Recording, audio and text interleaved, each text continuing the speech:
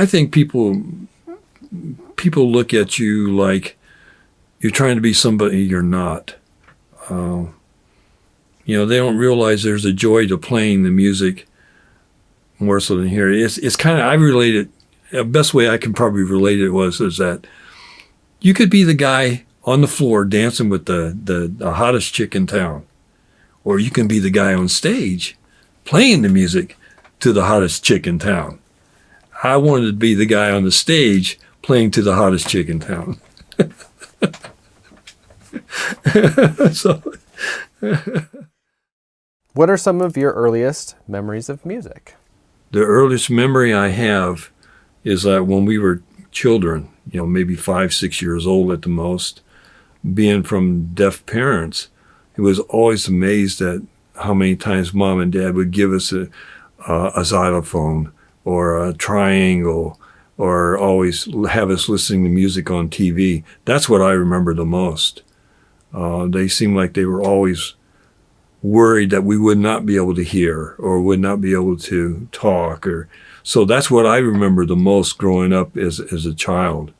I don't know how much that made a difference, but to them it made a difference to have musical toys around us. And that's what I remember. Yeah, that's the earliest.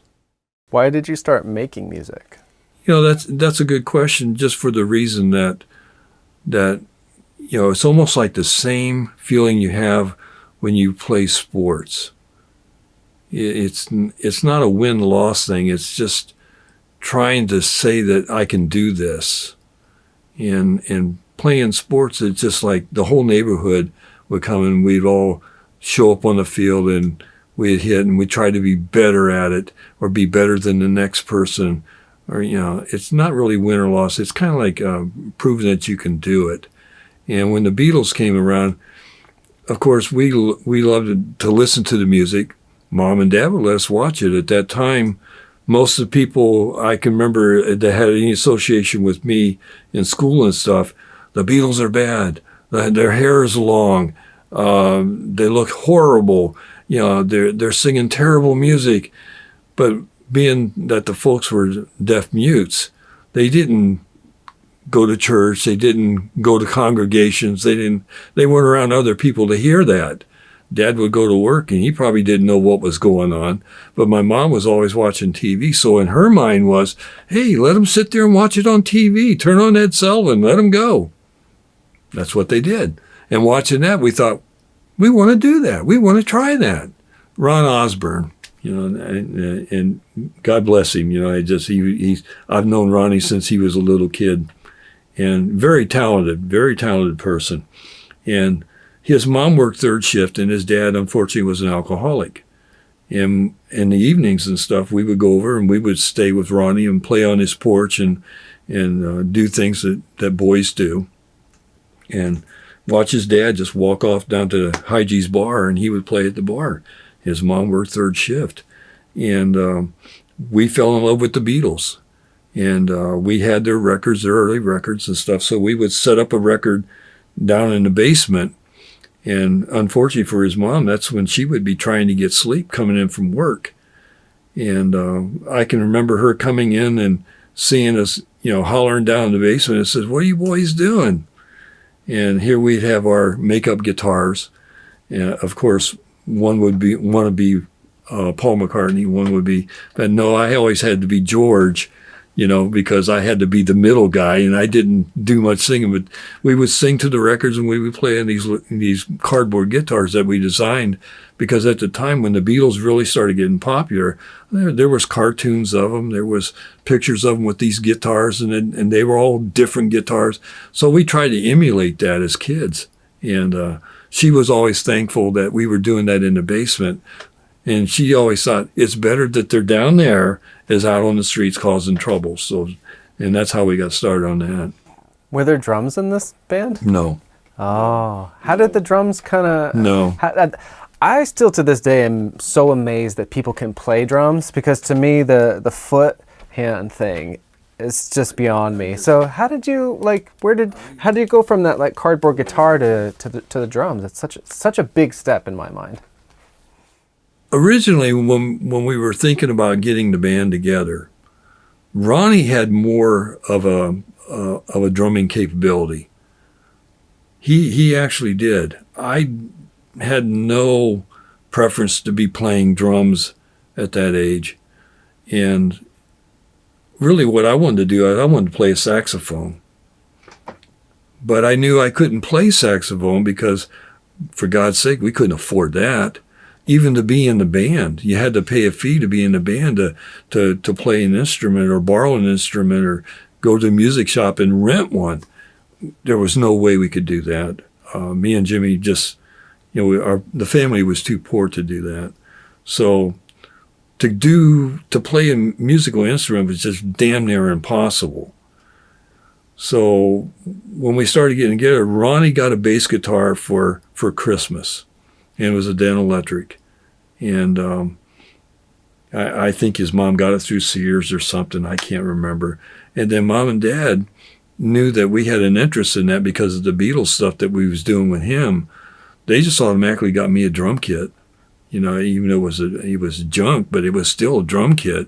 And Jimmy got a guitar, and I think that all came from when my Uncle Scotty gave him a guitar to use, which we thought we were going to own this guitar. And the other one was a steel guitar, and I wasn't going to play it. I didn't know what a steel guitar or lap guitar, steel was, and neither did Jimmy. So going in direction of a different instrument seemed to make more sense. And somehow they must have got wind that I played Gary's kit at a little dance thing that we had at high school. And, somehow Mom ended up getting me this drum kit, and that's how I got started on it. I can remember the first time playing the kit was Gary Croft had his drum kit up there, and at that time, they were the garage band of the neighborhood. So he happened to leave that drum set up on the stage, and we wanted to do that. And of course, we had guitar players and stuff. We thought, okay, we'll have our little concert here, We got up on stage and played, and it was to prove that we could do it. So every week it was something different. Gary was a couple years older, and I think he graduated in 67 or 66. And he was such a good drum player, but he also, he learned on his own, But he had, when you go in the choir and band, they teach you all kinds of things that you don't learn on your own. But he was probably, I would say, self-made. The only drummer that I can remember growing up that I heard about was Marv Bauman. And his parents were into selling insurance in town. But Marv was such a good drummer that he actually traveled in the Midwest playing jazz music and stuff. He actually did it for a living. And until it got to the point where it wasn't feasible, he moved back to Rittman and sold insurance. So I got to know Marv when I was a little kid, and he had a set of Slingerlands, which I thought were beautiful. I doubt if he has them anymore, if he even remembers those days, because he's fairly older than I am. But Gary was the next one that came up with was his drummer. And back in those days of the garage bands and stuff, everybody wanted to emulate a group from Britain or a group that was coming up here in the United States, or they wanted to play the music that they heard in the sock hops. Well, Gary's band was one of those bands.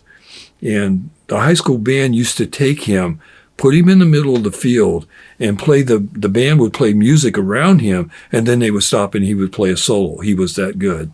He actually could get the crowd going with just a solo. The kid was that good. And I was privileged to know Gary by playing in these little garage bands, our band, and we weren't competitors. I can't say that we were competitors to each other, but he would take me to his house up on Hicken, and I'd take my cheap kit down there, and he would tell me, he said, all I want you to do is keep beat. So I would keep beat for him, and he would do solos, and we got to be friends because of that, but we were competitors after that too. And it's kind of sad, but I think, overall, it was good to know Gary. It was good to grow up with him. He made me a better drummer. He really did. And then when the band really got started, that was before I even got the kit. I had a person by the name of Cranston let me use his Ludwig kit. So for a year, I used a Ludwig kit that belonged to somebody else completely. And that's what I used to play, that's what I learned on. And by the time I was a freshman in high school, got a little proficient in it, but I was proficient enough where the music teacher wanted me to play drums more than play sports. So Gary Croft and Tom Kimes and a few people tried to get me to play in the high school band, play drums. But you couldn't do two things in those days. You couldn't play sports if you played in the band. You couldn't play sports the other way. You couldn't be a band member and play sports. You couldn't do it. It was impossible. So I had to take a choice, and it was kind of handed to me because I couldn't afford this, but I could play sports all day long. It didn't cost me a dime, and that's how the split became that. But yeah, the first drum kit I had was Gary Croft's kit, and then I borrowed one from a guy from Wadsworth, and he was gracious enough to let me use it for a year, and then I ended up with that little Alden's kit. I bet Mom and Dad probably paid $200 for it, and it was cheap, but it was a drum kit. It was something they could afford, and again, they tried to influence us to play music the same way that we did when we were littler. That's what I relate to too. So it didn't bother them to give Jimmy a guitar. It didn't bother them to give me a drum kit. It didn't bother them. And what was amazing was that the fact that Dad worked third shift, Mom would be the one watching us from the evening on. So we'd be playing sports all day, and then at nighttime it'd be me and Jimmy sitting in the bedroom playing the kit, playing the music.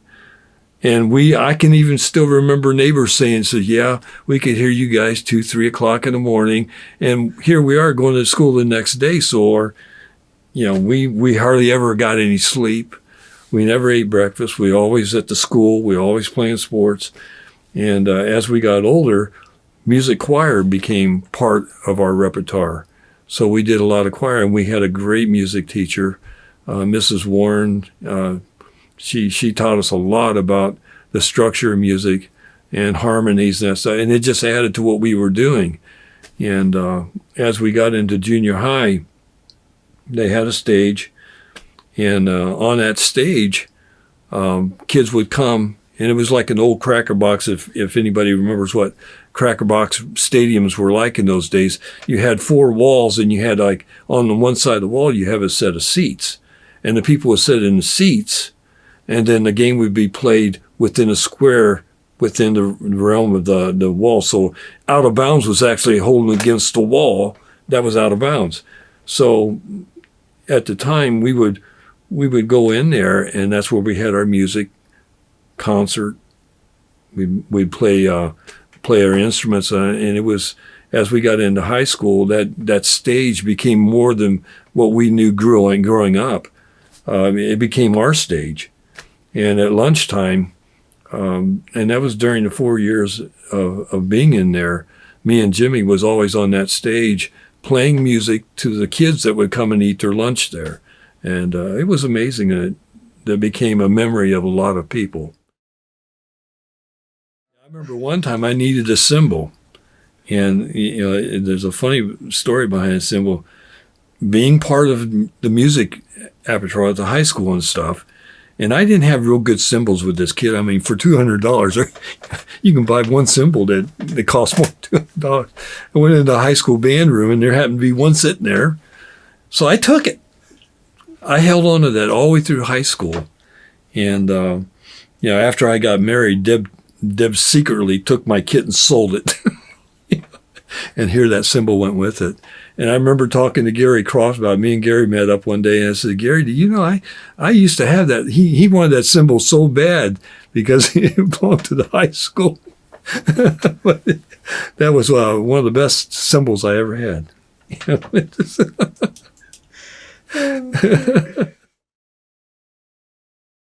When did you have to make the choice about sports, or was that later in high school, or that was early? It was like freshman year early because Eugene Sherrick was the band director at that time, and he came out and asked me He said, you just came, I said, we can set you up with a drum kit and, you can play drums because Gary says you can play drums. Some of the guys and they were trying to get the high school band. I mean, it was usually back in those days, if you went to a football game, you didn't come to see the football game, you come to see the band. That's how good it was.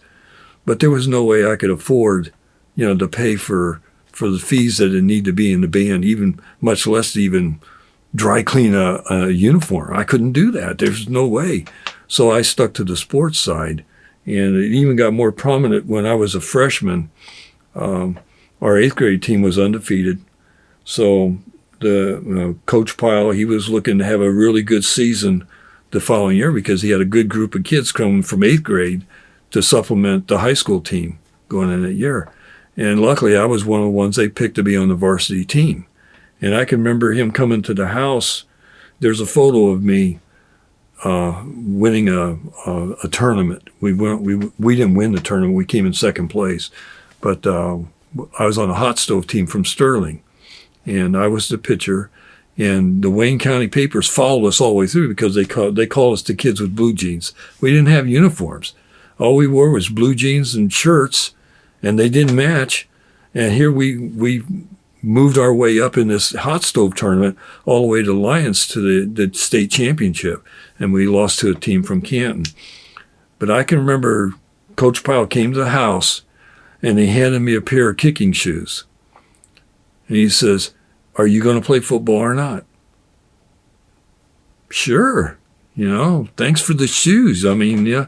And I wore those shoes all the way through high school. But yeah, sure, I'll play football, and made the varsity team, So that's how I got started in high school football. But yeah, and here Eugene, he wanted me to play drums because I knew the guys that played drums. And so I had a knack for it evidently, but I didn't think out of the group of us, I always thought Ronnie was the better drummer. He was to me, he just always was. So you were already playing, so this choice all happened before you ended up playing drums in the Bushmen, or kind of around the same time? It's same time, basically. I mean, all this was going on at the same time. It was just it was a very exciting time. The 60s, the music was great. Of course we were playing, in the parks and stuff. We didn't do it for money. We just did it for the fun and the joy of doing it. And so we didn't look at it like it was a job, but we enjoyed it so much that, it carried all the way into school. I have to say, that's the one thing that we carried all the way from the time that we started that. We carried that all the way through high school. You have your sports and everything. And I can remember the gal I dated, her mom felt sorry for me. And she knew that I would get up early in the morning, wouldn't eat breakfast. I'd go to school. And then after school, I was either in music choir, glee club, or whatever. And then I had the sports, and sports would end, especially football, be late, 7:30, 8 o'clock. By the time that was done with that, you should be going home and eating supper. So I didn't get lunch. And her mom used to make me lunch, and I'm always thankful for her doing that. But yeah. It was like after school, and being a senior like that, I had more than enough credits to graduate, so I didn't have to take classes in the last two periods of the school day. Basically was going to school maybe 3/4 of a day, and that's it. All I had to do was show up, and I was graduated anyway. And here it is, football, and I'm the kicker. So you need a kicker out there to kick a ball down there so you can see how the opposing team's going to run back and you can learn how to defense it. So, this girl I'm dating, she needs something in Wadsworth. So I don't even know how I got my dad's car. Somehow I got his car. And of course, when you're a kid, you don't care how much gas is in a car or whatever. We go driving over to Wadsworth. And we just get into the city. We're on 94. 57 was in existence in those days. I'm 94. I'm going into town just past the city limit, going around the curve there, and the car runs out of gas. So I roll up into somebody's driveway there. And you got to remember, there's no cell phones. There's no, you're just shit out of luck. You're just out of, somebody rolls up into your yard and you wonder, what the hell is going on here? So here her mom was a school teacher up in West Hill. So she says, well, I'll go call my mom. So she's knocking on these doors to try to call somebody. In the meantime, I'm thinking, by the time we get this thing solved and I get gas in the car, I need to be back here on that football field, before practice starts. So she gets a hold of her mom at West Hill School. She gets a gas can. So this is taking hours. They're already halfway through their practice. And here I roll up in my uniform stuff. I got my gear on already. My helmet's on and stuff, and I'm running up the stairway. If you know where North Street School is, there's a stairway there where the stadium is on the opposite side of the home. You go up that, well, I parked there, ran out of the car, jumped up there, and ran onto the field. And all I had these coaches look at me. And I remember Pyle looking at me and said, where the hell have you been? And I just ignored him. I just ran on the field, just going, I'm thinking, holy shit, this is, and I often wonder if I could ever talk to her about that situation. Because it was like Superman getting changed into his uniform, while she's out there making a phone call for somebody to get us to, and I had to drive the car back with a football uniform on. It's just a ridiculous thing that the kids do. I don't think we've said the name. What was the name of this band? Our band, was Bushmen. Back in the days of the British invasion and stuff, the most prominent thing you would see from any of those bands, if you see them on the old TV sets and stuff, is that they always had a name on the drum kit. There was always a name painted on it, and I think the Beatles really started that. You could have the Gene Krupas and all those in those days would have a nice signature on the drum kit, and then maybe a little initial or something. But no, these bands that were coming out, the most prominent thing that would call their name out was the drum kit. So they would paint a name on there, whether it be the Who or the Circle or whatever, it would be on the drum kit. So I remember as kids we were sitting around, and of course we were playing, me and Jimmy's playing ball in the summertime and stuff. So in our free time, we'd all sit around as a group. Well, what are we going to call ourselves? We tried to think of names. There was a million great names. Question Mark and the Mysterians. Oh, what a great name that is, The Animals. Oh, that sounds like a good name. Why can't we think of one? So I was thinking, just call it the Bushman or whatever, And instead of being Bushmen, M-E-N, it was Bushmen. So it looked like I was the Bushman and everybody else was hanging around. So, what do you remember about your first experiences playing songs? How much fun it was. That's what I remember the most. It was really a thrill. It was fun. And I wasn't a good student in school. So being a good student was not on my top priorities. Playing good in sports, that was. But music ranked right up there because I could see the satisfaction and the joy that I had from doing it. Plus, I could see what it did for other people, and I think that's what I liked the most. What were some of the most memorable gigs you had? Memorable gigs. I can remember our first time playing. I can remember the songs that we played. What was that first one? You told me recently, but...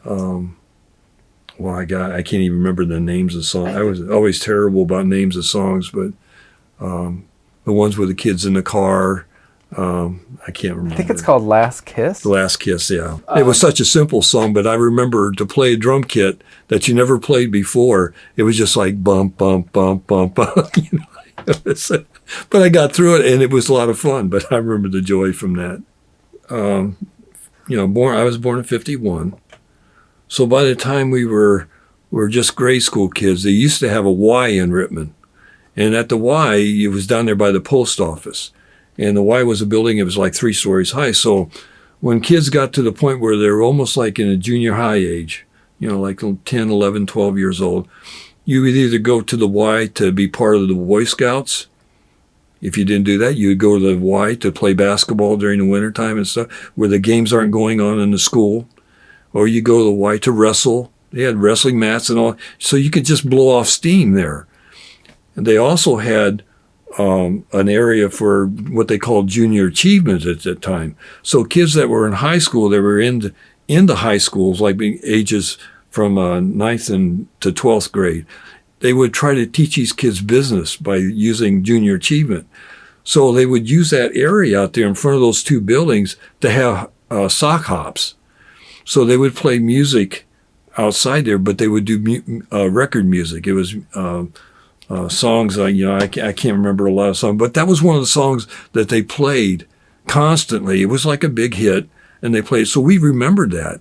And when Gary Croft had his band get it there, they did that song. So, of course, we're going to try to emulate that, and then all those sock hop songs that were going on at the time, we would try to emulate those songs, and that's how we got started, basically. But, it went from outside sock hops to going into that little gym, that little cracker box that you guys even played at when you were kids. That's where we really got to start, not playing outside of that, playing right there. And, when I think of memorable gigs, oh my gosh, that has to be one of the top ones. I think we played at the pool. I remember playing at the park and all the people bringing up their lawn chairs and just sitting up at the park.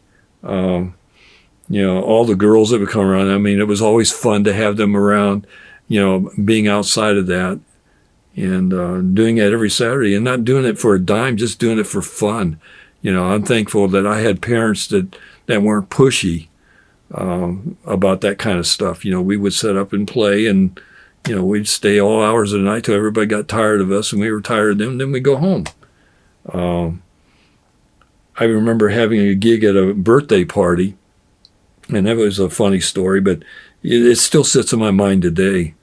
And the optometrist in town, his daughter was having a birthday party.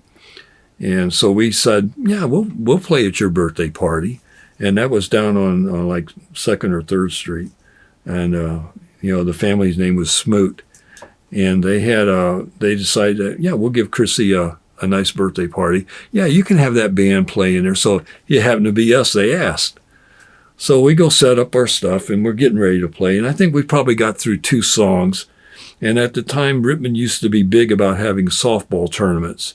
And when they had the softball tournaments, my dad worked also for the city. He not only worked at PCA, he worked for the city.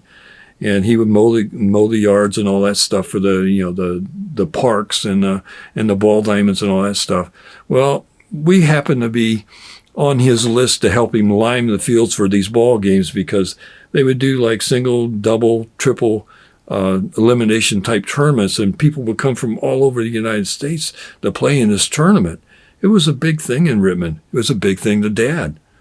Well, it just happened to be Chrissy was having her birthday party, and we played about a song or two, and my dad was so angry. He come up there and jerked us out of there. Our equipment was still there, and jerked us out of there in front of all these kids. And it was the most embarrassing moment in my life, that I can remember, playing music. But the thing is, Dad was good-hearted. He was a good-hearted person, even though he was pissed at us that day. But he always took us around, and when you think about it, other things that he did, he would pack our gear in his car, and he would take us to some of these gigs. And he would actually, even though he couldn't hear us, he would be very patient, listen to us, enjoy what was going on around him and stuff. And the one I remember the most of, he took us to Long's Bar. Now, you got to remember, we're just kids. We're 16 years old, probably 15, 16 years old, had this little band and stuff. And he takes us to a bar. He wasn't one that frequented a bar, but it didn't bother him to let us play in a bar. And I remember that. So. What was the repertoire like? Like, what songs did you play? Any song that a British Invasion would come out with, any. I can remember even doing songs by Question Mark and Mysterians, 96 Tears. I can remember doing Sam and Dave. We would actually do Motown when it became very popular. Anything that was on the record, we would try. Even Beach Boys stuff. We would try everything that we could. And the unfortunate thing was we didn't have musicians to support that. So I remember when saxophones became big in these circle bands that were going out, we actually went to Akron and tried to find a kid that would play sax. And he wasn't any good, but we tried him anyway because you needed that sound. And then all of a sudden it changed again to where you need an organ player. So we'd go out and find an organ player. We had two of them, and Gary Thompson was one, and unfortunately Gary's passed away, and even Jim Hobell, he passed away. But we had people play organ just to fill in the parts of the songs that we were trying to learn.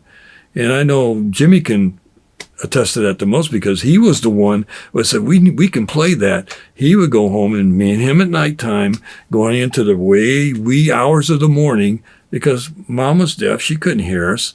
I don't know what the other two brothers thought of us. But, here we're in this little bedroom, and I'm tapping out the beat, and he's trying to learn the song. And he would learn the song, then he would teach it to the other guys. So we would play any venue of music that we could do. If we couldn't get the instrument, we tried to emulate it. But, of course, we didn't have the equipment to do that in those days. But we were still able to put on a show. So the one picture where the drum head is in such great view, I've seen it a million times. I love it. I think Gary Thompson is in that picture. Yeah, is he playing a keyboard in that? Yeah, he's playing. He played his own keyboard. It was kind of an old beat up one. He put a piece of cloth in there to kind of hide the outside of it and how old it was, and he played that. Yeah, yeah. We were always afraid of Gary. Oh yeah, how come? He was kind of a rough character, but we needed his organ, so it didn't matter. What was the best case scenario for what you were trying to do with the Bushmen? Like, how did you measure? Did you have like goals, or how did you measure success, or did you? Yeah, I think the way we would measure success is if we set up somewhere, whether it be in the park or at the pool, how many people would show up? How many people would, come to enjoy the music and stuff and stay? And I don't ever remember a time where we didn't have a lot of kids around there, everybody having a good time. And, but we always played in places where there was a lot of activity, a lot of kids. And the fact that we never charged anybody or tried to make a profit out of it enticed more people to come around.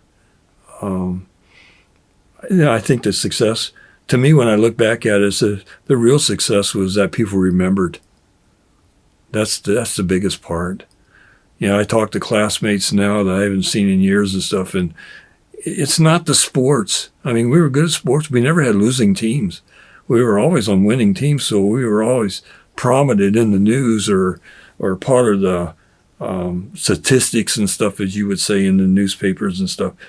That's not what people remember. You think that would be. I mean, I played all three sports all 4 years, played varsity all 4 years. And the thing they remember is that, yeah, I remember you guys getting on stage and playing, and really? Oh, yeah, you guys, when you're at the park, that was so much fun. Oh, I can remember you guys playing at the pool and doing Wipeout and Charlie dancing around. You're kidding me. But that's what they remembered. So it has to be, what people remember to me. There was a lot of garage bands at that time. So if you were trying to make a profit, or you were trying to play in a club, or I can't even remember what they are, the staff in Rittman sort of say. I don't think it wasn't a club. It was more of a dance hall type atmosphere. But some people measured the success that they had because they would be asked to come back to those type of venues. We never looked at it that way. And I remember one time, I think the only time we really competed, they used to have, it got to be such a big thing that if you had a band that was prominent or noticed and you were asked, you'd be asked to go to a weekend event just like a drag race. I says, oh, yeah, we're going to have the Battle of the Bands out at Chippewa Lake. And, they'd get all these bands up there. And then what they would do is each band would play a set. And then the crowd would get to pick who gets to finish we only got involved in one of those, and that was out at Wonderland Beach in Smithville. And that's when we got one of the Tackett boys with us, because we thought we need some really good guitar players there if we're going to win this thing. And there was 4 bands out there, and we ended up losing. We came in second place. We weren't picked to finish the night. A guy that had a Rickenbacker, he actually played with it behind his neck, and that's what won it for him. But that's the only time I remember any type of competition between bands or even thinking that we have to win this. No, it never was about that. So you guys would kind of organize your own shows, and people would show up. Did you have to, like, did you tell people about it, or you just kind of people would hear the No, noise? we never advertised. I don't know. It was I don't know if we call it a site. I don't think we ever thought we had to. We just wanted to play. We just wanted to play, and it was fun. It was fun. The kids had fun. It's just, even being asked to a birthday party was amazing. It's just having fun. Yeah, sometimes I'm talking to Brian. He's telling me the things that you guys did as younger, and says, you look at him and you go, we did that too. How did you guys get involved with this and stuff? And I think I think a lot of it, when you look back at your childhood and say, you probably agree with me, is because your parents let you do those things. They didn't have any restrictions on you. You don't have to be back here. I know where you're at. I know what you're doing. And what you're doing is great. Fine. Just go ahead and do it, And when you look back at it, says that's probably a key to making that happen. We never had any restrictions to us. Had a lot of cops knocking on the doors to say knock it off, but we would still do it, but Yeah, it is great. I mean, it's nice to hear too. I think about my grandparents and stuff, and imagining them supporting you in the ways that you describe, and it's touching. Yeah, it's nice. It's nice. Yeah, we got to be kids. Yeah, really, we got to be kids, and we got to do the latest things that were going on, and there was no restrictions, and it didn't take a lot of money to do what we did, and we weren't harming anybody. We were just having fun, and I'm thankful for that. I'm thankful for all that. Do you remember any particular challenges, setbacks, or hurdles you faced as a band, or even you personally? Yeah, one of the biggest challenges was to have a bunch of kids waiting for you to play at the park, and your bass guitar player decides that he doesn't want to show up. And how are you going to do this? But we would be upset internally, but we would still, the show goes on. So I remember even a couple times actually having Larry. Larry was the only one. He was older than we were by 2 years, I think, even though he was in Jimmy's class. We also can get him in the car and go find Ronnie. Oh, jeez. That's awesome. I mean, I'm sure it wasn't then. Yeah, I know, but I can remember, how devastating and upset you were. And matter of fact, he's still like that to this day. But it doesn't upset me. I just expect it. To even have him come play guitar, he played bass for us here in the last song. That time, did Ronnie show up? Did Ronnie show up? Still. God bless him. I love the kid, though. I do. What do people often misunderstand about what it's like to share music with people, like on stage or recordings, both? I think people look at you like you're trying to be somebody you're not. They don't realize there's a joy to playing the music more so than here. It's kind of, I relate it, the best way I can probably relate it is that you could be the guy on the floor dancing with the hottest chick in town, or you can be the guy on stage playing the music to the hottest chick in town. I wanted to be the guy on the stage playing to the hottest chick in town. So I wasn't a dancer. So. Do you remember the Bushmen's last gig as young men? That's a good one. I don't remember. So much was going on at that time. I can remember we were still playing music, and Jimmy got called by the draft board. He had to go in and sign up for the draft. And back in those days, you couldn't do it through the post office. You had to go to the draft board itself in the county seat. So I went with him, and we got in the car and we drove over there.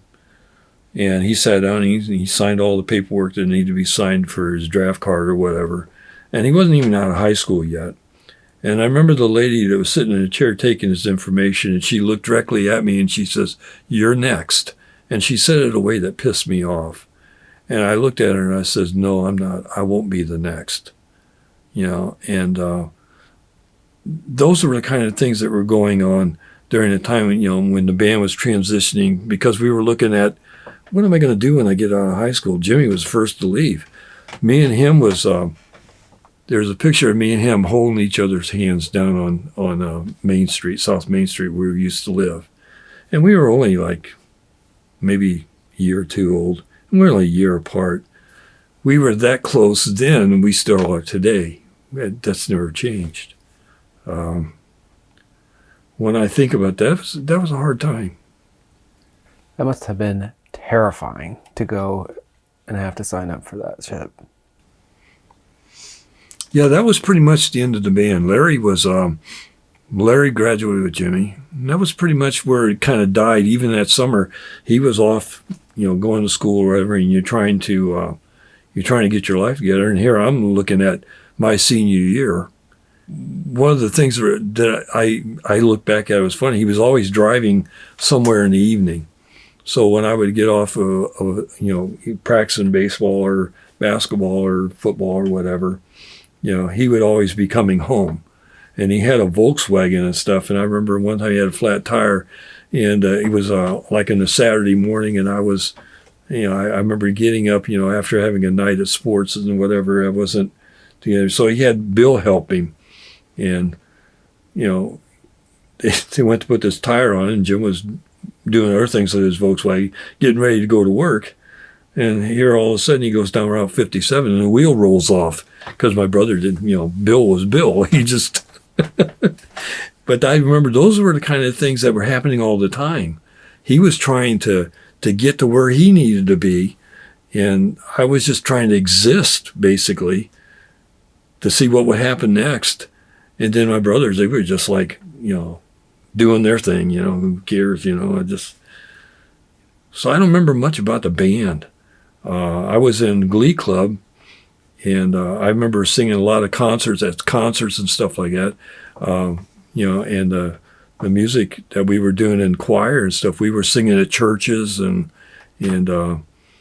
events and everything. So when it comes to music, that's what I remember the most. I don't remember anything having to do with the band. My whole thoughts was, what am I going to do? Am I going to go to college? And I could see what kind of struggles he was having trying to go to school. And I'd come to the realization by the time December rolled around that was not a real thing for me. But neither was getting drafted. And I can remember, if you can remember how the high school was when you walked up the stairway and you walked into the doors and you opened up the doors, then there was another stairway and the office was to the right. And then there was another stairway that went up to the third floor, right up by that. And there was a bunch of guys that were playing with water cannons or whatever. And at that time, Hamburger Hill was going on, because the news was nothing but Vietnam. By the time you got done at school, you went home, you heard about Vietnam. So those things were prevalent every day in the news. And as a kid, you didn't want to hear that crap. You didn't want to, and then the draft was getting, and more people were getting involved. And so I didn't know. At that time, I was running around with this gal, and she had a Christian family, so it was more God faith and just trying to exist is what I remember. But I didn't have his support, and he didn't have my support for the first time in our lives. For God's sake, we didn't get it from our parents, because we did things together. We did everything together. And I had a younger brother at that time. He was getting into all kinds of crap. And I can remember Glenn being 13 years old and driving a car home. So where'd you get the car at? So he made a deal for it. 13 years old, who does that? And so things were changing rapidly at that time. And when it comes to the band, I don't remember much about the band. I don't. I think it kind of went to the wayside. I signed up for the Air Force on what they called the buddy system at the time, before Christmas time of my senior year. I mean, I was already pegged, and God knows what would have happened if I'd have forced myself to flunk school. I was already signed up to go. Joining the Air Force, was that a way to kind of control the way that, try to have a little control about the way you were involved? Or it seems like an odd choice to me on the surface, but... it was just a scary time. Yeah. I think Vietnam vets, people that were drafted, they could relate to what I'm saying, is that was a time and point where if you got drafted, it was a surprise. I can even remember telling my mom and dad that I signed up for it. And you would think that parents would look at you and say, "Oh, what'd you do that for? You should have thought about this." No, my mom and dad looked at it like, "Okay, that's fine." A strange response. Didn't have anybody else to talk to. Seemed to be the right thing to do. So I did. Yeah. And, I can still remember a lot of things about going up to get the physicals and stuff and catching the bus out of Rittman. I did that on my own. You would think you'd have, I look back at it now and said, well, it was a crazy time, but it was a time where he was gone, the band was, gone because everybody was doing their thing. And, as a kid, you were just wandering through life at that time, just say, what's going to happen next? Remember getting on the bus and going to Cleveland and doing all the things they need you to do at the Federal Building, coming home on the bus, actually getting tickets in the mail to get on the bus again to go up there and catch an airplane this time.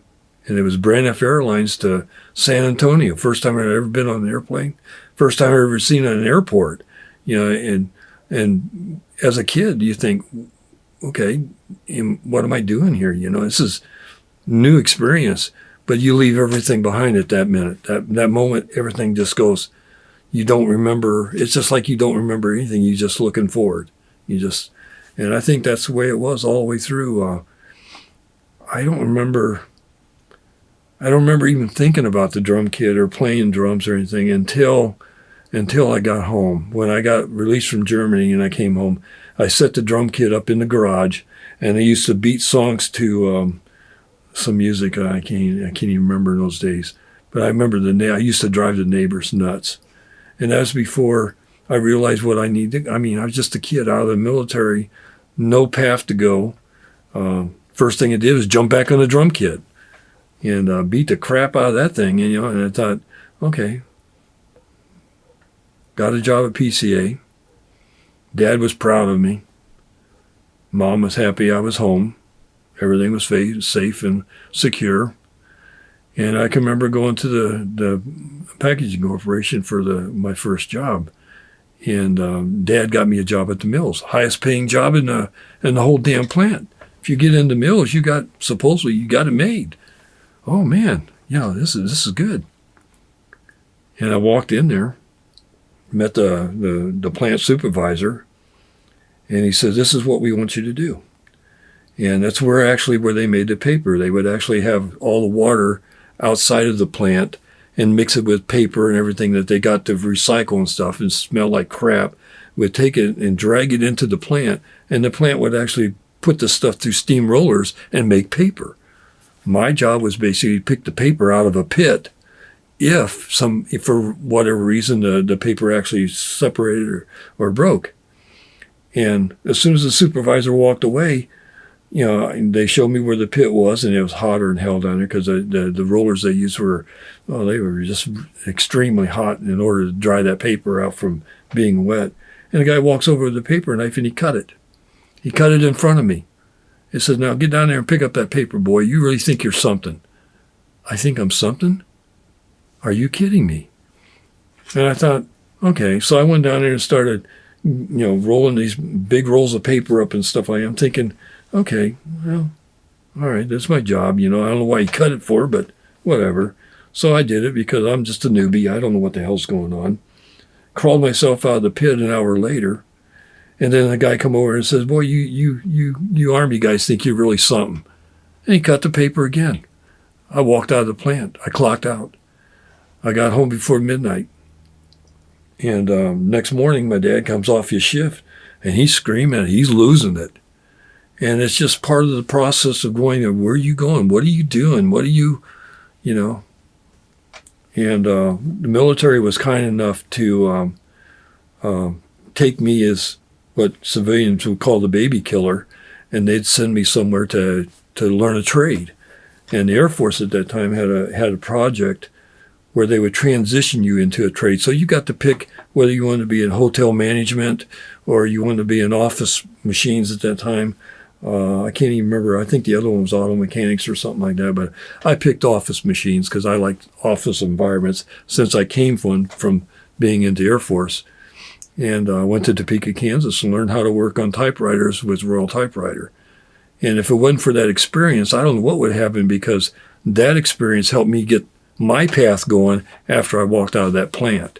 But Dad was mad at me for many years over that. He was angry as all get out. He even treated me like I was a stinking vet, And I always think about that. I says, boy, I says, they didn't care when I went in. They certainly don't give a shit now that I'm older, I thought, well, okay. And that's where my life really transitioned at that point. I tried to get back in the military. I got in my car the next morning. I had a Dodge Dart. I got in my car and I drove back down to Columbus, Lockbourne. And I went to the gate and I told him, I want to re-enlist. I want to go back in. I said, I don't want to live like this. I was ready to go back in the Air Force. And they said, no, once you discharge, you're done. You're done. And I was so upset. I was very upset over that. And, I met a guy who says, well, go up here. And they're looking for people at Remington Rand. And there was a place up in Middleburg Heights, so I went up there. And at that time, I was working part-time in places. It's just trying to earn a little extra money. And like everybody else, I was going to be like the rest of them, My hair was down to my shoulders. I had strawberry pants on, probably a green shirt on top of that. I looked like a hippie that came from the mud somewhere, and holes in my shoes and stuff. I walked in there, and I remember this guy named Phil Zito. He looked at me and he says, so you want a job? It says, it shows here you've had some training with Royal, and we could use you. We'll hire you, but you got to do one thing for me. And the guy looked at me and says, what's that? He says, cut that damn hair off. I did. I went and got a haircut, and I worked for him, and that's how I got started in that type of work. But when I look back at it, it says music was not a big part of that. The only music I brought onto myself during those times was in Rammstein. I just wanted to play folk music, and there was a lot of chatter going on, and and my way of getting around that was to play music. So I remember going into lawn stool, and I bought this Hofner guitar. It was a 12-string. I wanted to get that 12-string sound. I wasn't a guitar player by any means, but I knew enough to play a few chords. So I would get some books and stuff, and I learned how to play his music. And I'd sit out in front of the barracks when I had my free time, and I'd tell people, say, yeah, I'm trying to get a folk group together. And we got a couple guys together, and we wanted to perform at the Airman's Club because I wanted that feeling again, evidently. I was in a different wavelength than a lot of those guys. I can remember some people, I do remember some people having electric guitars and just on a weekend just wailing these guitars, just playing nonsensical notes or whatever, just making noise because of the frustrations that you go through being an airman. And here I was trying to get a folk band together to play folk music in a nice atmosphere in an airman's club, just having fun doing something that I like doing and singing a little bit. It never did fly. So I got to the point, I said, well, I got this guitar, so I know somebody could make some use of it since it's a 12-string. I sent it back to Jim. I sent it to him, and he told me he did use it in his pastoral thing, but that's where it went. It went from there because there was no sense in having it there. Yeah, that turned out to be a very impactful thing. Yeah. It was just another one of those things that when you look back in life, the little things you do impact other people's lives. Yeah. And that was one of them. It impacted him. I went to San Antonio for training, And then 6 weeks later, after my training there, I went to Keesler to do what they call Diddy Bop, and that's where they put a set of earphones on you and a typewriter in front of you, and you would take Morse code. And the idea was is to get you reflexed enough that when you hear the sound, your finger would hit the right key. I didn't like that. I didn't want that at all. But I liked being at Keesler, but that wasn't where my mainstay was going to be, and I knew that. So I requested not to be part of that. That was something I didn't want to do. And they had a need for it, but I didn't want to do it.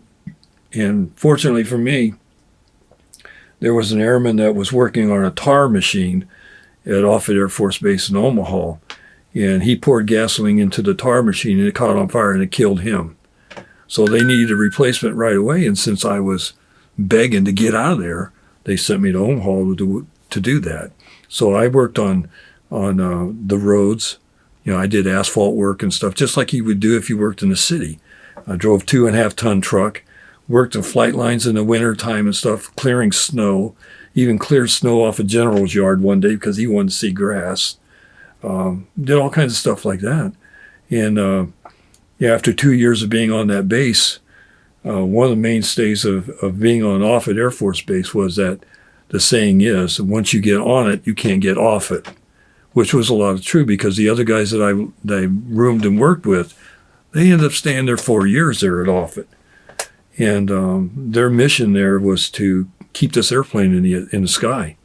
And while I was there, I was fortunate enough to get a clearance to actually go work on missile silos.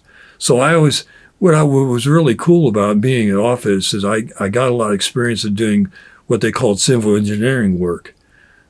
And when I was there, because of being in the civil engineer, I was also expendable enough that they could send me out to do what they called grouting missile silos. So not only did I do that in the summertime, I went out and sealed cracks in missile silos where water would come through and actually damage the walls of a missile if it wasn't taken care of. So I got to do that 2 summers. And I got a hold of a congressman by the name of Ashbrook, and he was from 17th District in Ohio. And I told him, he says, I'm not real happy about being here. And I told him, he says, on top of that, I enlisted when I was 17 years old. And I love the Air Force. I love being part of this, but that's not where I want to do. I don't want to be doing this. And so he sends me a flag and a letter thanking me for being in the military and having the wisdom to join at 17. And about a month later, I get this letter from the Department of Defense says, you've been transferred to Ramstein, Germany. Fantastic. Man, I got off it, And most of the guys that I worked with, they were upset about it, but hey, I got off of it somehow. So went to Germany, and I distinctly remember the first day I got there. They take me to the barracks. I go in there. I'm meeting a bunch of guys that I don't even know. And we roomed 4 guys to a room. And they're telling me, it says, who are you and where are you from and what do you do? So I told them. I said, okay, you'll fit in really good. And here one of the guys was a pot smoker and stuff. And I was freaked out. I thought, not around me. And that spring, the first spring I was there, I noticed they had softball and all kinds of stuff like that. And I didn't want to mow grass the whole time I was over there. And that's basically what they did. They mowed grass there. They didn't take care of the roads. The roads were good shape and everything. I didn't get on the runway very much, but I did mow grass out on the runway. And I don't want to mow grass the whole time I'm in Germany. That's not what I come over here for. So I thought, well, I got to do what I got to do. And I remember one of the best things of mowing grass out there is when the C-5 was built, one of the first cargo planes of the Air Force, so you could put 10 buses in this thing. And I can remember sitting out there in the field, getting behind the engines of that to see how much thrust was behind the C-5A. It was just amazing. But I can remember the first day going in there, and they said, yeah, we have a softball team. Oh, you do? Well, I can play softball. So I go out there and I join a team, And it's just like I was telling Jimmy, I was just telling him this earlier. It says, yeah, the guy that was my supervisor, more or less, he was the manager of the team. And not knowing the competition that goes on in bases and stuff like that, I was always part of intramurals, but never part of organized, I didn't know the 26th battled the 386th, or I didn't care about that stuff. I just wanted to play. Again, I just wanted to play. And was asked to join the team, so I did. And I helped them beat or win the base championship that year. And it was only, it was like the early part of spring, and it was going to end in June. And I knew that, but I helped them win the trophy, and they were all tickled. Yeah, I was tickled. Yeah, the CEs, did it. It was in the paper. And yeah, fantastic, Everybody's thanking me for coming on the team and all that stuff. And all of a sudden, I get this call, so you've been transferred. What do you mean I've been transferred? You've been transferred. You're now part of the security police squadron. Really? So I said, okay, well, you can just take your stuff and, it's only over there, so you can walk over there. So I go grabbing my duffel bag and everything else and going over there and had to meet a Master Sergeant Daugherty. It's okay, I'm here to see Master Sergeant Daugherty. He comes up to me and says, oh, man, do we need you? I said, what do you mean you need you? He says, do you know how to type? Oh, yeah, I can type, And he says, okay. He says, well, you're going to be with the 26th Security Police Squadron. You can be in law enforcement. You're going to be what we call reports analysis. Your desk is back here, and all I'm asking you to do is you show up for practice at the Ball Diamond, and you help us win a championship. I'm going, really? I'm on a baseball team too? Yeah. Okay, I can do that. And I got pictures of me sitting behind my desk, and I brought that for you too. And I got on the baseball team. I'm thinking, this is the strangest thing. I'm just a buck sergeant. My supervisor is a staff sergeant, and I'm more important than he is. I thought, oh, okay, things are looking up. And they did. They looked up really good. I got the room with a guy named Woodall, and he was a law enforcement guy. And I got the most plush room. We had a room to ourselves, just me and him. And it had a living room and a kitchen, and I couldn't believe it. I'm in the Air Force here, and I'm being treated like royalty, My whole life, I never wanted to wear Yankee pinstripes. But when I got to Ramstein, we had Yankee pinstripes. And this was some kind of did you get paid to play baseball? No. You don't get paid for anything in the military. You only get paid for rank. Other than that, you don't get paid for nothing. It's so interesting how they were recruiting you because of your baseball chops. Yeah, it was just, and now that all ended, from what I understand, in 1985, when the government decided that we were putting too much money into Europe. The main base that we had for people evacuating out of Vietnam that needed hospitalization, that was Wiesbaden. Ramstein was a base of a fighter group, and I think, if I remember, it was the 526th. But I was in the 26th Security Police Squadron in law enforcement. They have law enforcement, and then they have security police. Law enforcement is just like the law enforcement you have in the city. Security police is the people that go around the perimeters and guard and check. And the only time I had to do any type of guarding whatsoever, we used to have this thing, the 4 ATAF group, which is England, France, United States. I can't remember the other country. I think it's Spain. But we put on an air show. So that's the day I had to wear a white hat, white gloves, go to the gate, and wave people through. Yeah. And I carried a gun, and that was the only time that I had to carry any type of weapon. Other than that, I was a desk jockey. That's basically what I was. And played baseball with these guys. Played for 2 years, and at the end of the second year, I was asked to re-up. And I said, boy, I got a hard decision here. Well, all we're asking you to do is play one more year, and we couldn't beat these guys. We tried everything. We couldn't beat them. I said, oh, yeah, we're just asking you for one more year. But I didn't want to spend another 4 years looking down the road. And I didn't know I was worried about mom and dad. And I don't know why. They were in mid 40s at that time, but I was worried about how things were there because I didn't leave on a good manner.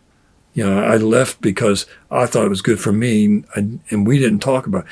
Nothing was ever said by my parents. It was the same thing. You know, you do whatever you want to do, and, you know, we'll see you when you get back, you know, not knowing, you know, what was down the road. And that was really strange because I told him, says, well, I'll re-up if I know, you know, what's in my future. Oh, well, we can put in your contract that, you know, well, how about being an instructor at Chanute since you had a little missile experience? Really? And very tempting. $10,000 bonus. I turned it down. And when I think about that day at PCA where I left, and I was so upset about being treated that way, that day came back to my mind and says, my life would have changed so much if I would have done this and not done this. But that's the way life is. You make choices, you follow paths, and those paths lead you to things that you don't know what's down the road. It just happens. Music really, it didn't hit me again until after I was released and beating the crap out of the drum kit in the garage. And then from there on, it was like, you knew you had to do something for your life. You just couldn't be a bum. You couldn't be, you know, that ex-GI that everybody was talking about. Remington gave me a first step, and then from there on, it was till I got to Xerox, and, you know, even then music was in. I remember when I met Debbie and stuff, the only reason that I became really close with her, she was the only one that didn't mention my military. She was the only one that didn't say that I was a baby killer, where a lot of people would spit on you. And it says, you're kidding me. I mean, I became the hippie that everybody was dreading. And it seemed like more people liked me that way than they did with the fact of being a military person. And then she was in a high school band when she was going through school. And she always wanted to have a majorette group. So we got into having a drum corps. And you know, I'm always thankful for those days and for her leading them in that direction, because I had my own little drum group at that time. And I taught those guys how to play drums, and she took care of the majorette corps.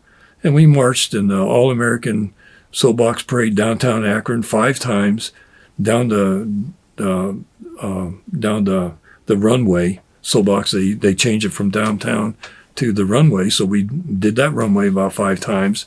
So not only did my kids get exposure, that they got exposure of music through that. When we moved from Akron north to Kenmore, you know, she wanted those kids to be into something band related. And even as I got older, Jackie ended up being a majorette at Kenmore. And Jen, she never did. She stayed away. She was more physical, like I was. So she played sports in school. She didn't. But we got him. I can remember when the youngest one was 5 years old, wearing flip-flops, going down the main street of Fairlawn in a parade with a baton in her hand. I do remember that. Yeah. It was a big thing in Akron that if you had any experience in being a majorette, which Debbie tried out many times when she was in high school and she played clarinet, she always wanted that experience. So since I had 2 girls, when they got a little bit older and stuff, they said, well, yeah, I'd like to have a drum corps. You know how to play drums. You know, let's see if we can pick up some snare drums and stuff, and we'll start the drum group. So we got them enrolled into a group called the Suburban Strutters out of Barberton. And that's where Jackie, you know, started learning her majorette skills from this one gal that was teaching it. So we decided, well, we could do this on our own. So I found somebody that had 6 swing snares. I can remember they were huge. And, I had like 5 sets of bells. So I took on the music part of it, where Debbie took on the baton part and taught kids how to do that and how to march. And then we'd go to these competitions and we would compete against other groups, and we'd be judged on different forms and how we marched and how we played. And yeah, I did that for a long time. Yeah. Yeah, I remember coming home. We lived in Akron, North Hill, and I was working for Sperry Rand at the time. And my job was to take care of adding machines, these complex adding machines, because back then nothing was electronic. There wasn't a thing that was electronic in those days. It was all mechanical. It had little motors in it and widgets and slides and all kinds of stuff. And my major account was Roadway, which was right down the road from me. So I was always spending time at Roadway and working. And I remember coming home one day and she says, "I sold them." "What did you sell?" "I sold your drum kit. I put it on the paper and just, we needed the money, and we were young, just like happens to most young couples. You need the money for whatever and stuff, so you think of things to sell and make ends meet. And yeah, kit was gone. Yeah. And I remember going, "Geez, you're kidding me." That happened when we was in North Hill, yeah. I was kind of angry, but then I understood. I mean, it's just, again, when you get married, your past change. You marry somebody, and it's like they say, you do it for the right reason, and if it doesn't work out, it's your fault because you made that commitment, you didn't live to it, and and God knows I didn't want to be the one to break a marriage because of something stupid over a drum kit, so I had to accept it.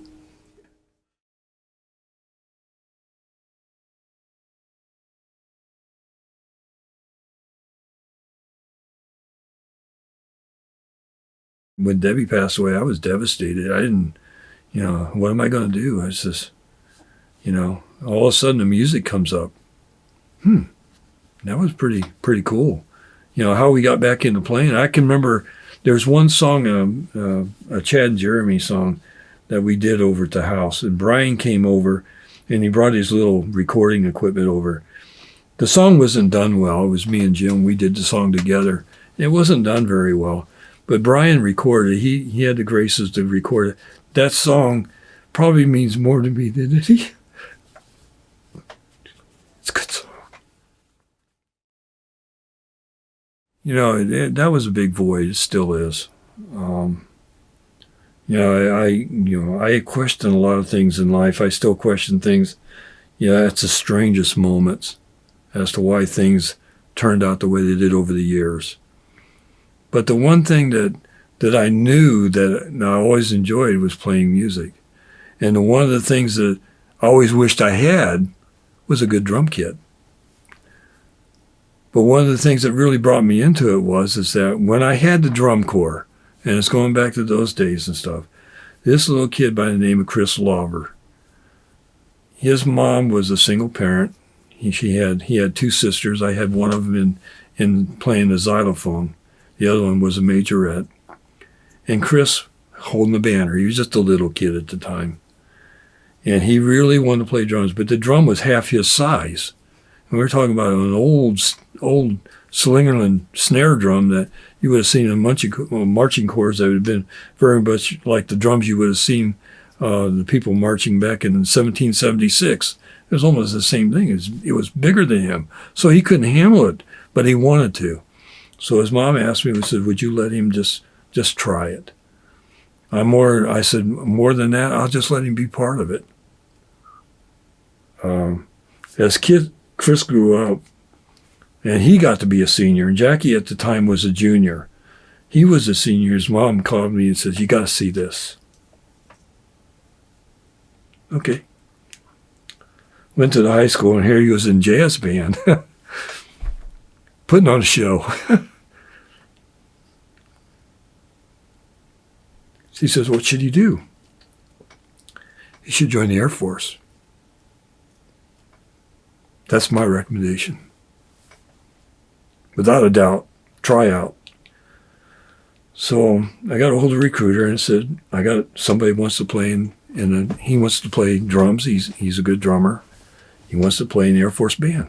Would you give him a tryout? Have him come sign up. We'll give him a tryout." So he went down to Wright Pat, tried out. They brought him in. He made a career out of it.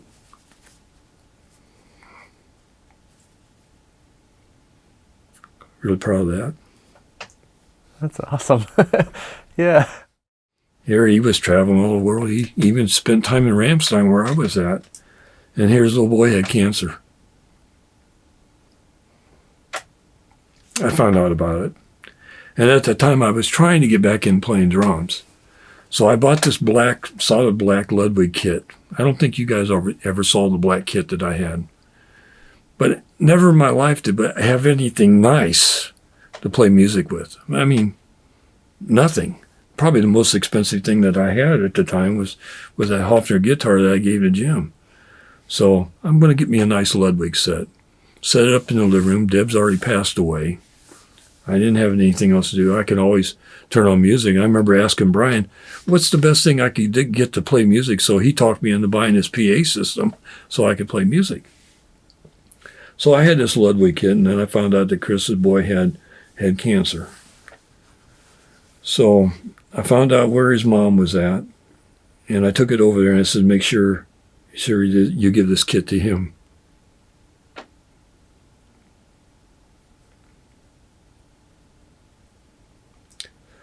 Never thought I'd play again. But I bought another kit. I said, I got started and I thought, yeah, I got to play this kit. And then that's when we started playing music. And changed everything.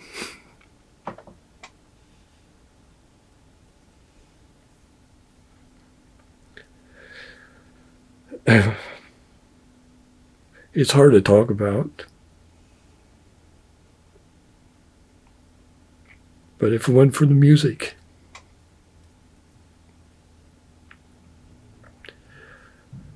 yeah, if it wasn't for the music.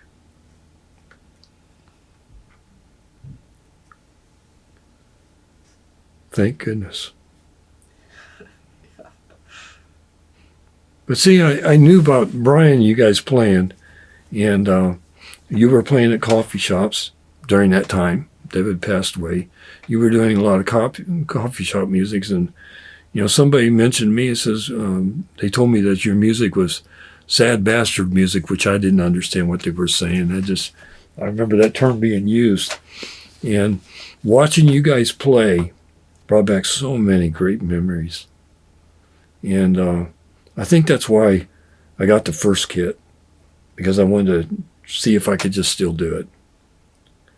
I bought the second kit after I gave the first kit to those people. I bought the second kit because I thought, if nothing else, maybe I could find a band. Maybe I could just join one somewhere, not knowing what was coming down the pike. Then you invited us to play at Musica. And I said, there's no way I'm going without having a decent drum set. So I added a floor tom. What did I add? I added this one and the floor tom. And I think a couple cymbals. I think it was a wide one. I remember this one here. But I added a few things to the drum kit to just be able to have a beautiful kit sitting out there staging Musica and just playing a few songs with these guys just to show we could still do it. And that's what I thought about. I didn't care if that was the last time I ever played again.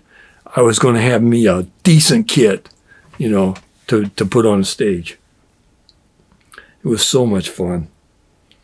And by the time we did our second show, I remember walking around and there was a lot of people saying, man, I said, I love hearing that type of music, but you guys bring it all. And I thought, we're just playing music here, And it's become such a big thing in my life. When I think back at it, it's just, that was a special time. It was even though it didn't last very long, it was a special time. I think the four of us could put on a show that was more than entertaining. We were bringing a crowd, and the crowds were getting bigger. I was kind of surprised. We played at that bar right here in Rittman. And I remember hearing that they ran out of beer. What do you remember about that one? We went down there. We went down there a couple days before that, and we went down to get a sandwich. Brian, I think me, Brian, and Jim we went together to go down and talk to them, and we were warning them. I said, you better be prepared for what's going to happen, because we knew of the experiences that we had at Musica. And I remember telling the girl behind the bar, I told her, says I'm serious. You need to be prepared for what's going on. Oh, we've had a lot of bands here. We've never had anything go out of hand. We're lucky to get a crowd. I said, you better be prepared, because here we played in Akron, and I was telling her about Musica. And I can't remember the gal's name. She says, oh, it's no big deal. It'll never happen. Okay. So that night, of course, a lot of my classmates heard that we were going to play. Were contacting me on Facebook and stuff, and they said they were going to come. So I knew I was going to get to see at least a third of my class, and that's without even the venue being kicked off. We were still in the process of thinking how we were going to do this. And we went down there we looked at the space we were going to play in. The space was real small. We was going to be stuck in a corner. It's going to be hot, and it's going to be, not thinking of what the crowd was going to be like. And once we kicked it off, I remember Jean Brennan, her dad used to have a grocery store right up the road from there. And she came she came into town, and she called me the next day, and she says, what was going on in Rittman? We could not find a place to park. If we were going to park, we had to park past downtown, going down toward the old Conley store. I said, you're kidding me. I didn't know this. And she said, no, there was no place to park in town. It was like the biggest event that happened in Rittman. And I told her, says, yeah, it was so big that they could have arrested all of us for overbooking the place, and they ran out of booze and stuff, and we were on the verge of a nightmare, and she couldn't believe it. She said, yeah. I says, my gosh, I didn't expect that. But when you added us and the memories that the older folks had, and then the folks that you guys went to school with, I mean, when you added that you were covering 20, 30 years worth of people that had these memories and stuff that they wanted to relive again, shoved into a little room that could have been the size of a bedroom, and you add booze, and I mean, it was a powder keg. It was it was something to be proud of. Distinctly, what I remember is that I couldn't believe how many people were in there. I couldn't believe the classmates that did show up to me that I got to talk to. And I couldn't believe that the men's restroom door was open the whole freaking time, or people walking in and out. Until I found out the beer was gone, I'm thinking, holy crap, what's going to happen now? And I actually had an entourage help me take the drum kit out of there to get out there safely to get going. It's just like, go, get out of here.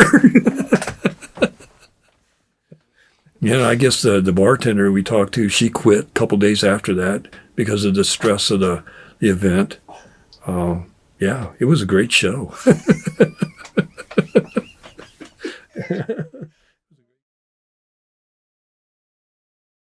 They had this place in Barberton that, what they call it the Varsity.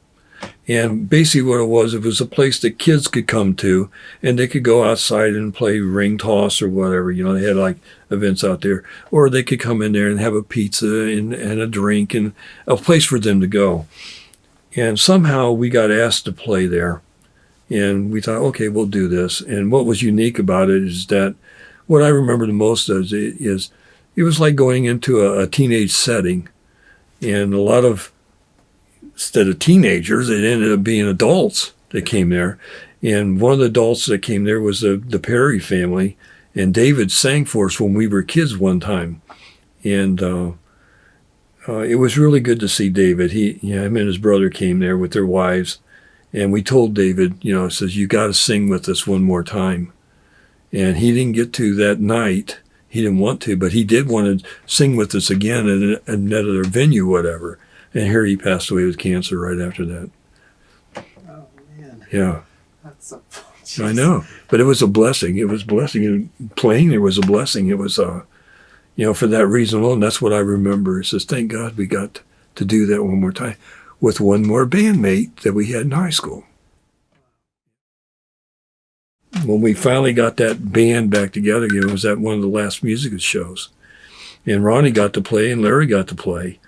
And that show is special.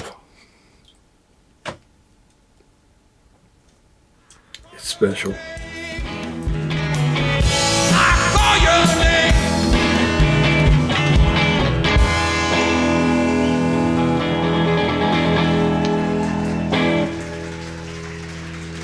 Thank you. Good evening. We figured out,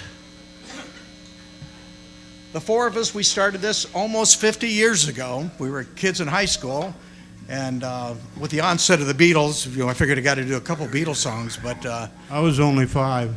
Oh. Yeah. Had to sneak you in.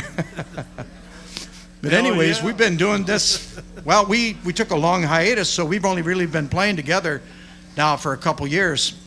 But this is our original lineup, and I'm proud to say that we have a chance to be together tonight to just make some memories with you. All right, a little bit of Green River here. All right.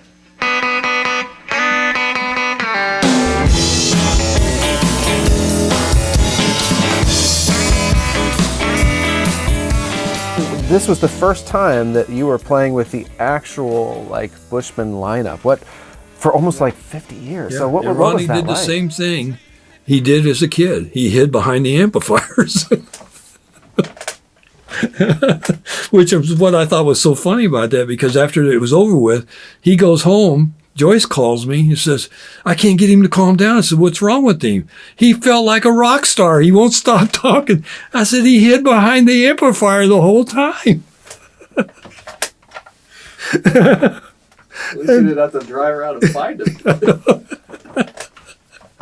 him. Yeah, just like old times.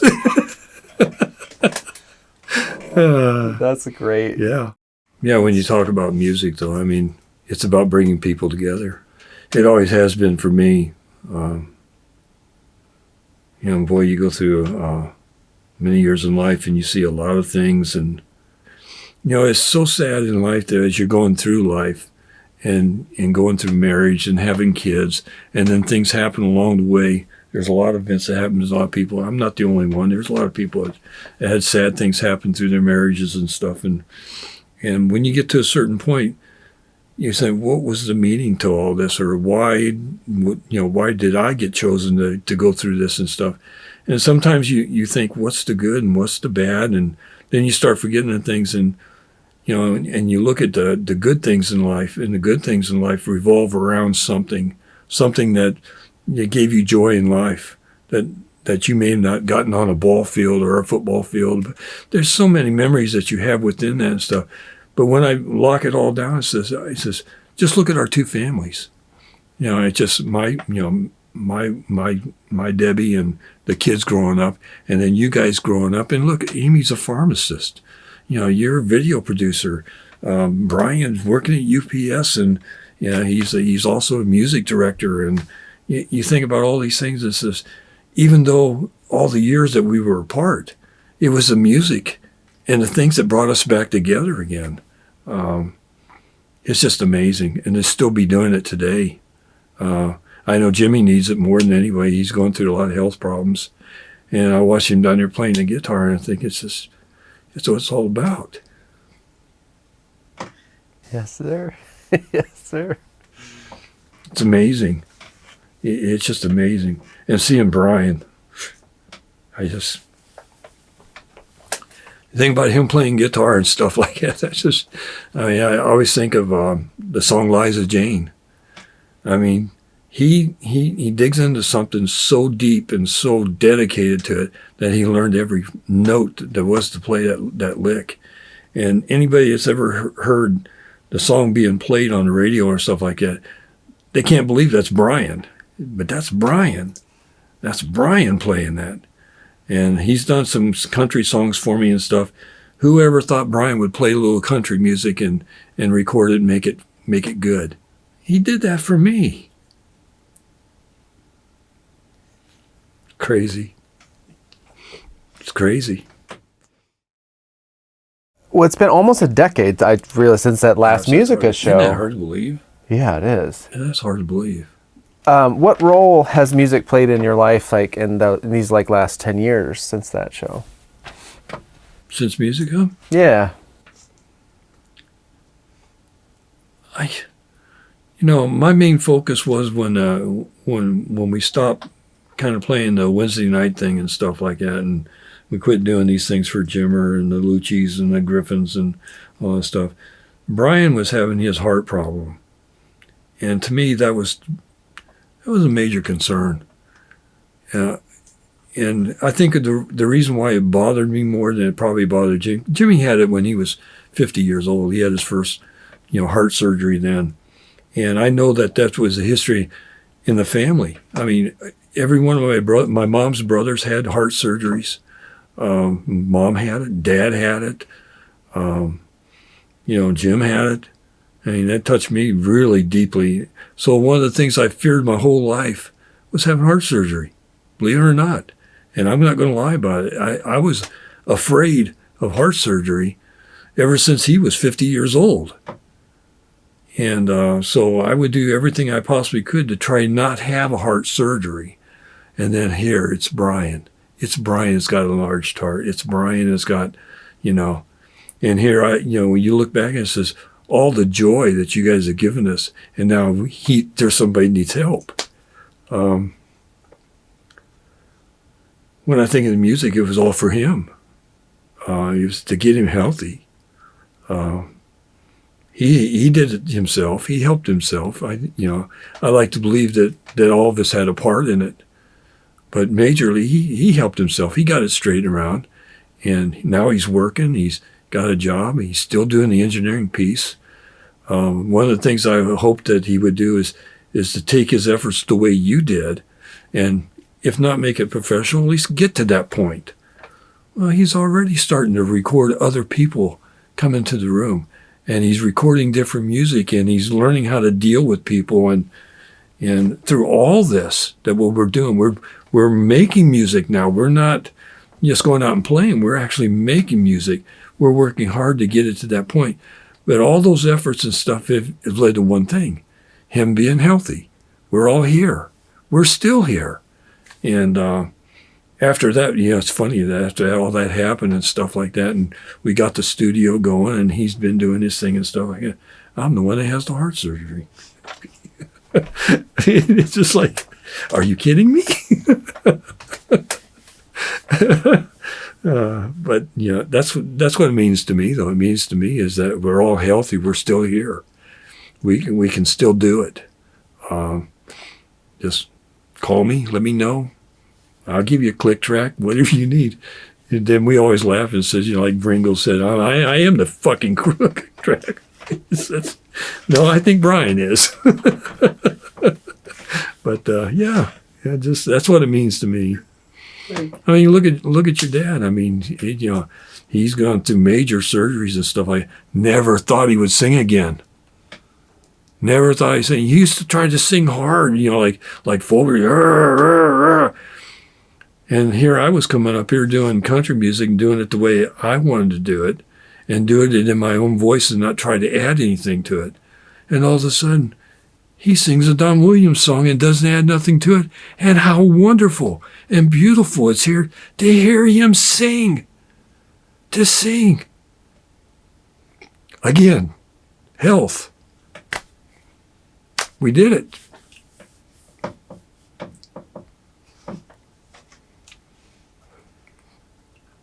Trying hard not to say you did it. But there's a collective effort. Yes, here. there is, of course. But this didn't happen overnight. I always say there's a reason for everything. Even here. Yeah. Yeah. Thank you. We're not through. We're still going. Yeah, exactly. Yeah, yeah. I think that's why. The technology is allowing us to do that. I mean, you added to some of our songs with your vocals, and I'm thinking you did the U2 thing over again. And I think you listen to that now, and it says, "Holy crap! We are doing this." But we're leaving something behind that, It's like I told Jackie, he says, this may not be important to you today. It may not be important to you 6 months from now or even next year. But if something happens to one of us, you'll look back at the way we do, like people look at ancestry and stuff, and you say, what didn't I know about him? What, like when she married Dan, he's a 26-year veteran with the Air Force. She didn't realize all the things that people do in the Air Force. Dad, how come you never talked about all that? Nobody ever asked me. Nobody ever inquired me to tell you what I did in the Air Force. I can show you clippings and stuff like that, but you never asked. So what's more important, my past or your future? And I always said, it's your future. Your future always came first. So there's going to be a day where you're going to do like we do, and you want to see, how come do I play music? Everybody looked at us when we're growing up as kids, and I can even remember dating girls and stuff. And I said, oh, your parents are deaf and dumb? Well, that means our kids are going to be deaf and dumb. Where are you coming up with this? And people think in those terms. But usually a lot of kids that grow up in deaf families, they have different talents. They have different, things just like we did. There's a reason in our background that drove us to play music. We started looking into us as, oh my God, the old grandpa that sit there and used to chew tobacco worked on the railroad his whole damn life. When we grew up and saw him for the first time, he looked like an old man that was beat to hell. Then we find out that he played music. His sons played music. My mom was deaf. She never told us. My dad never took us around him. I got a picture of him, and I look at him and say, he's wearing the Captain Penny hat. Didn't know he worked in the railroad. Didn't know. I knew his love was woodworking. And the reason I know that is that he had a wood shop behind this decrepit old house that they lived in. It was basically a 2-room house. He had this workshop in the back there and stuff, and he used to chew the tobacco and spit it at our feet. And it says, boys, stay out of my wood shop. That's all I knew about it. I didn't know anything else. I was just a little kid at the time. And to think that here, this old decrepit guy, probably, in his lifetime, he had folks around him that sang songs of the Civil War and stuff like that. I don't know. But for some reason, that sticks with me today. Seeing those pictures was a relief. Now I know why my mom tried to force music on us as little kids. It makes sense. My dad couldn't give a shit about us. All he cared about said, no, you get out there and you live the life that I live. You're going to play baseball. You're going to, and you don't lose. We never learned to lose. I never played on a losing team. I can actually proudly say that. Even in Ramstein, we were second place. Well, it wasn't a losing team. I came in second place. Nobody wants to come in second place, but I did on a hot stove team from Sterling. I never learned to lose. I never had to. Played football, basketball, always winning team. So what was it about? Was it about, that drive to always be a winner, or was it a drive to please the old man? I don't know. I can't answer that today. I really can't answer that. But I enjoyed playing. But I knew that he played football in 8th grade. And then you see there's athletes that play college football that are deaf, that usually linemen, but they play football because they learn to look at the snap or whatever. So it's not impossible for a deaf person to do things, but when we look at our lives and stuff like that, it says it was Mom that was instrumental. It was the Milam family that gave us the idea of playing music. But then I had 2 brothers that didn't. They have no interest in playing music and stuff. Neither one of them did. And you think, well, why me and Jimmy? And here, 2 little boys that did everything together, I think the only thing we didn't do is date, girls, the same age or whatever, or going, we never did that, No double dates. Right. Yeah, I think, I don't think we even talked about dates and stuff when he was growing up. I don't think that was even a repertoire in our life. But I can honestly say it's from the Milam family. Whatever those folks went through in life, and I knew it had to be a lot of hardships because I seen the hardships that they lived through. It's been passed down to us. It's in us. And that's why I say we can go play in front of a crowd and they say, boy, you guys really suck. Hey, at least we played, and we can smile and we can move on. And then they'll look back and say, that was pretty cool that they did that. Yeah. Okay. Yeah. But that's us. I know that. I know genetically that's in us somewhere. And I don't know. You can't explain that. It's who we are. It always comes back. It started with the music. Growing up the way we did, there was not much supervision. And I understand that. But we weren't bad kids. I think people would have looked at us as, man, these kids just cuss too much. They're heathens, whatever. No, we're not heathens. We're just, when you play with a bunch of guys, that's what you run up. You get that long way. And as we got older, we learned to control it till we got to play against certain teams and in the league and stuff. And, when I look back at it, I said, there's something in us that gives us this drive to get better. And I think at my age and stuff, I'm tired. I really am. I shouldn't be, but I am 70. I feel like I can't get up the stairs sometimes and stuff. I look at Jimmy and see all the problems he's going through and the heart surgeries and all that stuff. It says, thank goodness the other end of us is still keeping us going. So it's the music. Again, it's the music. I can go home, I can go to bed, I can get up in the morning and stuff like that.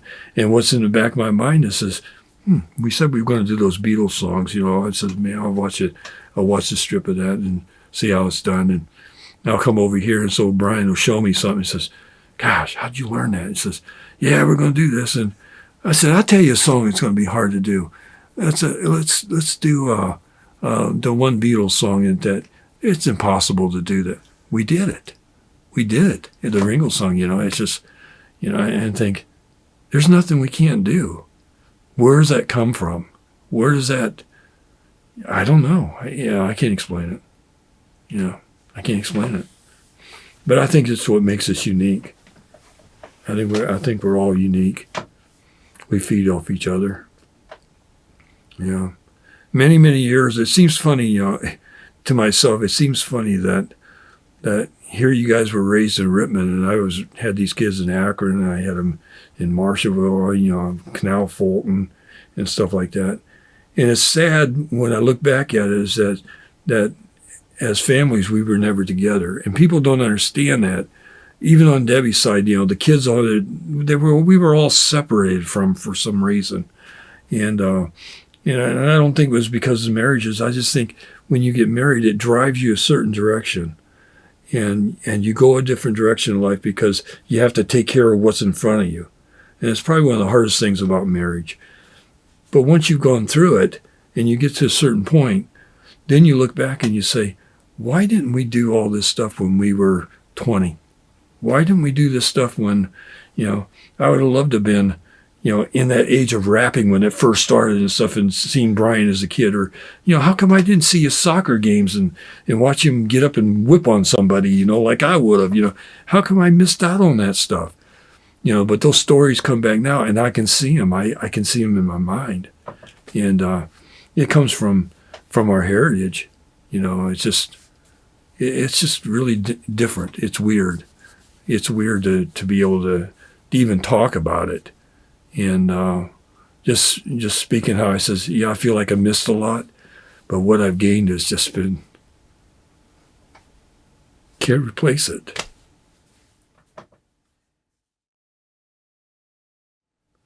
We weren't only the little kids that cussed and smoked a cigarette in a tree, or went and run between people's yards and threw crab apples at people, and we were better kids than that.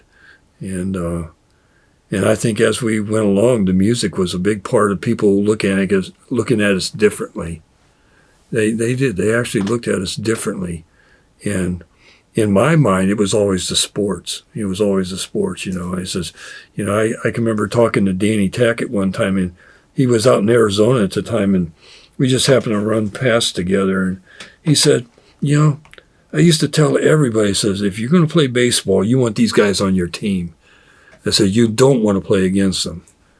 And he was talking about me and Jimmy. I said, why you say this? I used to say that about the Tacketts. I said, I wouldn't want to have a pitcher other than Dan Tackett on my team, or give me watermelon any day to play football, you know. And he says, but see, we're I guess it's from the same cloth. We kind of grew up together, and you know your strengths and your weaknesses. And when you look back at it all, it says those people were, even though a small piece of your life, they were actually a big piece of your life. They made you who you are. Sometimes you don't get that chance to thank them, you know. A lot of them I've run across in my past, but a lot of them aren't here anymore. And to do this is just like to share anything that I can share with you. It's just like, it's perfect.